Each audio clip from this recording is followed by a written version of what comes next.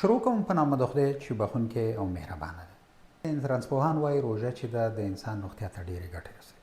مخکې له دې نه چې په روژې په ګټو باندې خبرې وکړم، ټولو مسلمانانو ته او په ځانګړي ډول ټولو افغانانو ته د راتلونکي روژې مبارکي وایم. خدای دې وکړي چې ټول یې په روغ صحت سره تېره کړي.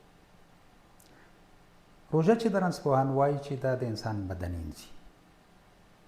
روژه کې د انسان په حجراتو باندې فشار راځي، دا حجرات وږي کېږي او په پایله کې هغه زهري توکي چې د مختلفو کړنو په پایله کې د انسان په بدن کې ازادیږي هغه خوري، او هغه حجرات چې کله په بدن کې مړه شي هغه هم خوري، او پایله کې چې د بدن د مختلفو ناروغیو څخه چې دی ساتل کېږي.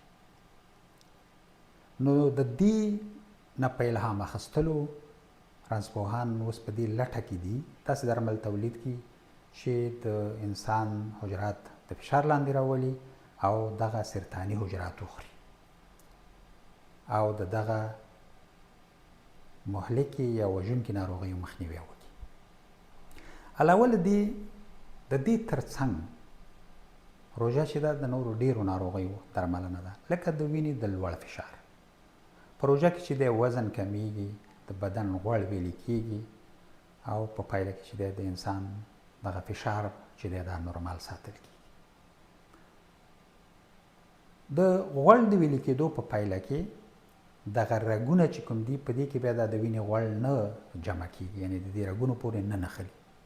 نو دا رګونه چې دی نه تنګېږي او نه بندېږي او پایله یې دا شي چې د زړه د حملې او همدارنګه د دماغي سکتې یا حملې مخنیوی کوي او بیا پکې چې دی سړی نه فلجېږي، یعنې په ګوزن باندې نه اخته کېږي.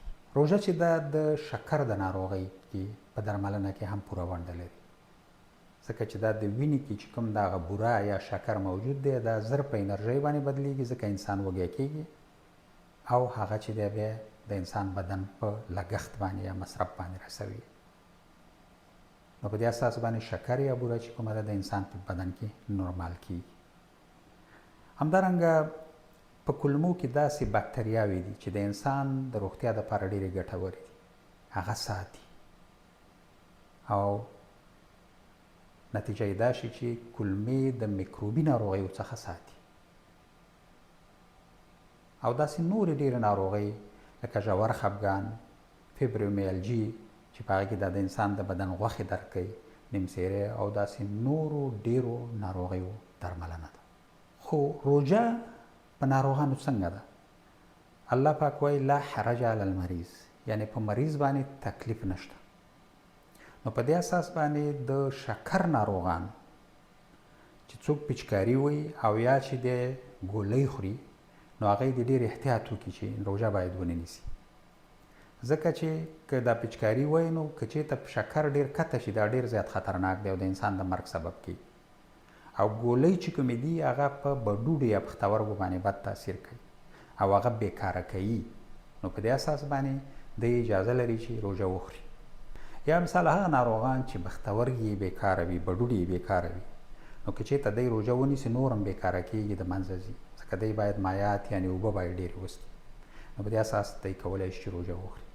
او یا ځینې نور ناروغان چې هغه په کټ کې پراته وي ډېر ناروغۍ لري او د دغه ډېرو ناروغیو په لرلو سره یعنې د دی اجازه لري چې روژه وخوري او بیا چې دی فدیه ورکړي. او یا څوک په روژه کې په ناڅاپي ډول باندې سخت ناروغه شي نو هغه هم کولی شي چې روژه وخوري او بیا یې وروسته البته که روغ خلک وي نو بیا یې وروسته نیولی شي او یا یې فدیه ورکولی شي. هغه باید د هغه ځای د علماو نه پوښتنه وکړي چې څنګه وکړي.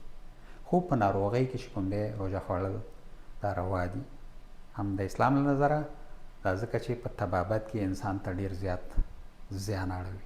نو په دې اساس باندې الله پاک وایي چې په مریض سړي باندې تکلیف نشته دی چې د سخت عبادت وکړي. د یوې بلې روغتیایي خپرونې پورې له تاسې اجازت اخلم، ستاسې د بشپړې روغتیا په